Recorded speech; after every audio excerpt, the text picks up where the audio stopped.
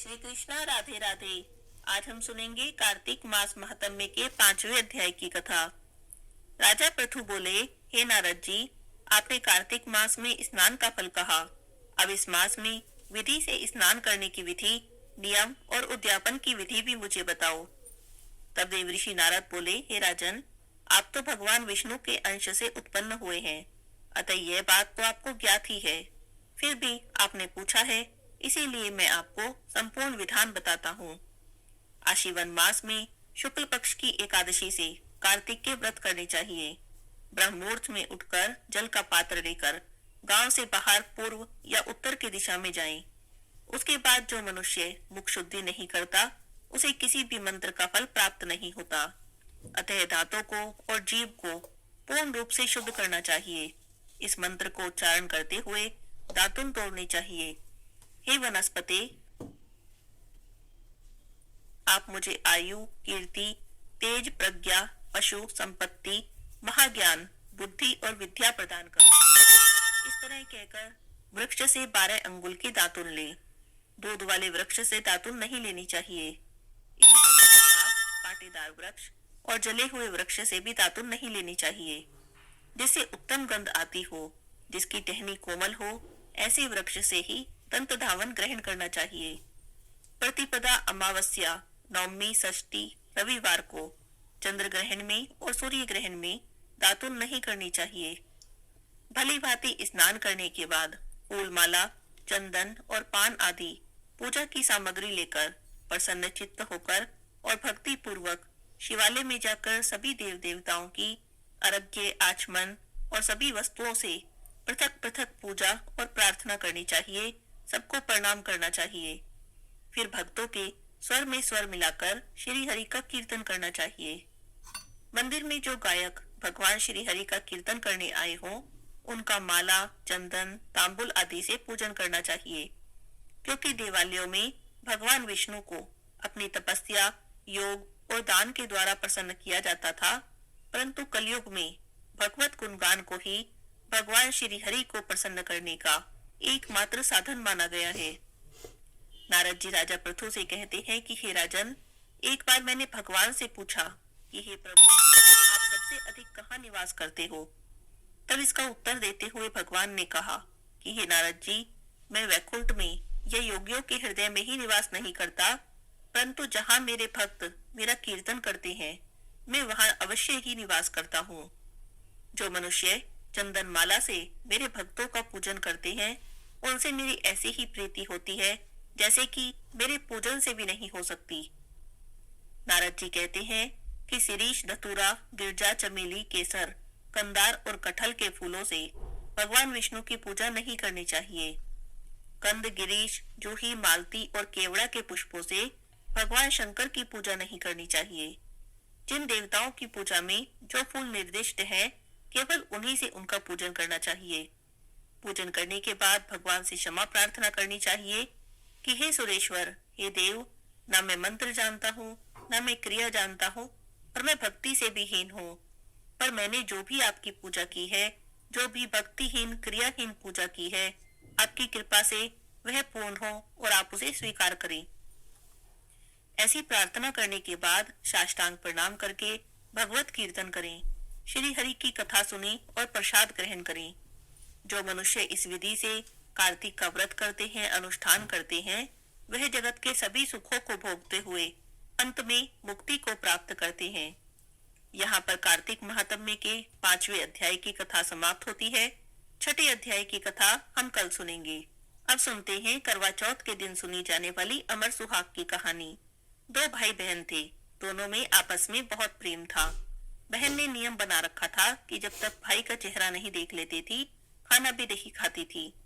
अब बहन बड़ी हो गई तो उसका विवाह हो गया, लेकिन उसने अपना ये नियम नहीं छोड़ा।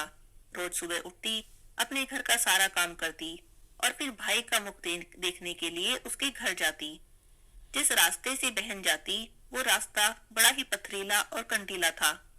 रास्ते में खेजड़ी के झाड़ थे, जिनके नीचे गणेश जी की मूर्ति विराजित थी। थोड़ी ही दूर पर हरी भरी तुलसी माता थी। पीपल के नीचे पथवारी दूध दही में हिंडोले दे रही थी। ऊपर सूरज भगवान तपते थे।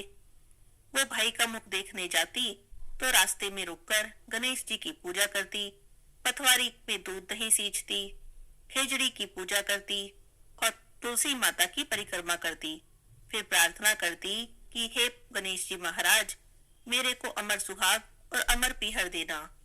ऐसी प्रार्थना करती और आगे चली जाती। अब रास्ता तो बड़ा पथरीला और कंटीला था, उसके पैरों में कांटे चुभ जाते। एक दिन की बात है, भाई का मुख देखने के लिए गई तो थोड़ी देर वहीं बैठ गई। भाभी की नजर उसके पैरों पर गई तो पूछने लगी, ननंद जी आपके पैरों को क्या हुआ? तब वो बोली कि भाभी, रास्ते में पड़े पत्थर और कांटे होते हैं, वही कांटे पैरों में चुभ गए हैं। ऐसा कहकर वो तो वापस अपने घर आ गई। तब उसकी भाभी ने उसके भाई से कहा कि जिस रास्ते से आपकी बहन आती है वो बड़ा ही पथरीला और कंटीला है, उसे साफ करा दो, आपकी बहन के पैर में कांटे चुभ जाते हैं। अब भाई तो बहन से बहुत प्यार करता था, उसे पता लगा, वो तो कुल्हाड़ी लेके रास्ता साफ करने चल दिया। बुधवार को ही विदा करा के चल दिया। रास्ते में अभी थोड़ी ही दूर चले थे कि बैलगाड़ी का पहिया मिट्टी में धंस गया। उसे निकालने लगे तो बहुत देर हो गई। इतने में उसकी पत्नी बोली कि मुझे तो बड़ी प्यास लगी है, मुझे तो पानी पीना है। वो पानी लेने चला गया। थोड़ी देर में पानी लेके आया तो उसके तो पैरों के नीचे की जमीन खिसक गई। देखा तो उसकी पत्नी के पास कोई आदमी खड़ा है और उसकी पत्नी उससे हंस हंस कर बातें कर रही है। उसे बड़ा गुस्सा आया। वो जैसे तैसे गुस्से में भुनभुनाता आगे चला। पास जाकर देखा तो उसके तो तोते ही उड़ गए। वो आदमी तो शक्ल में, रूप रंग में, वेशभूषा में बिल्कुल उसके जैसा था, जैसे उसी का जुड़वा हो। वो सोचने लगा ये कौन है। तब उसने पूछा कि तू कौन है? वह कहने लगा कि मैं इसका पति हूँ। तब वो बोला ये तो मेरी पत्नी है।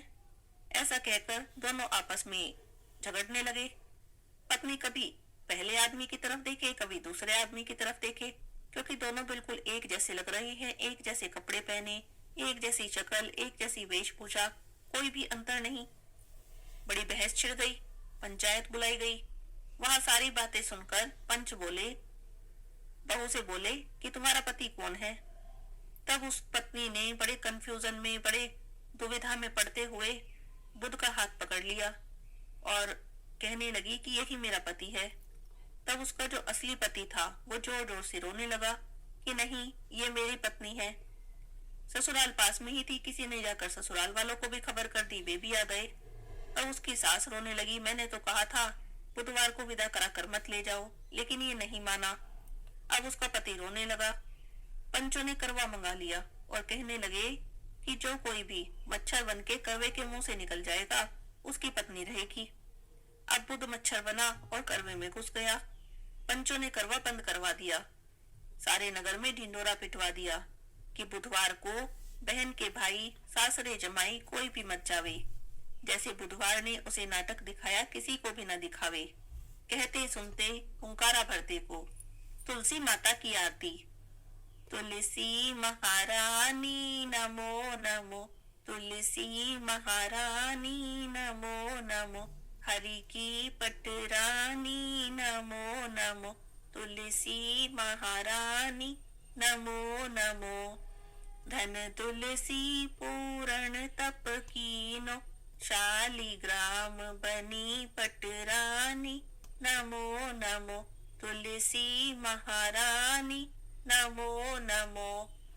जहाँ के पत्र मंजरी कोमल, श्रीपति कमल चरण लपटानी नमो नमो, तुलसी महारानी नमो नमो, तुलसी महारानी नमो नमो, हरि की पटरानी नमो नमो। कौन से महीने में बोई रानी तुलसा, कौन से महीने में हुई हरियाली नमो नमो, तुलसी महारानी नमो नमो। कौन से महीने में हुई तेरी पूजा, कौन से महीने में हुई पटरानी नमो नमो, तुलसी महारानी नमो नमो।